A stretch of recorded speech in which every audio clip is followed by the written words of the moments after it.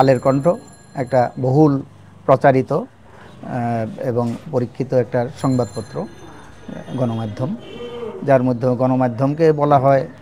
একটা সমাজের আয়না, দর্পণ হিসাবে সমাজের নানা চিত্র, অসঙ্গতি সেগুলো তুলে ধরে এবং তার যে গতিপথ সেগুলো নির্ধারিত হবে সেটা। সেজন্যে 16 বছর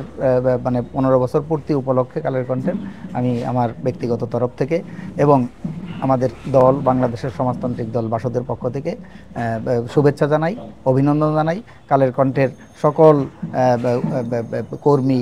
এবং গণমাধ্যমের যে সকল কর্মী এবং তার সাথে যারা যুক্ত আছেন তাদের সকলকে আমরা ধন্যবাদ জানাই, অভিনন্দন জানাই এবং আশা করব অতীতের মতোই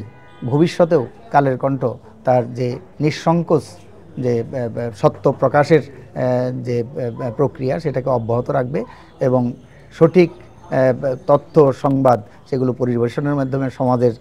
যে অসঙ্গতিগুলো সেগুলো তুলে ধরবে এবং সেই অসঙ্গতির বিরুদ্ধে যে লড়াইয়ের যে সংগ্রাম মানে চিত্র সেগুলো দেশবাসীর সামনে তুলে ধরে জনগণকে একটা বার্তা দেবে, সেই আশাবাদ পোষণ করছি।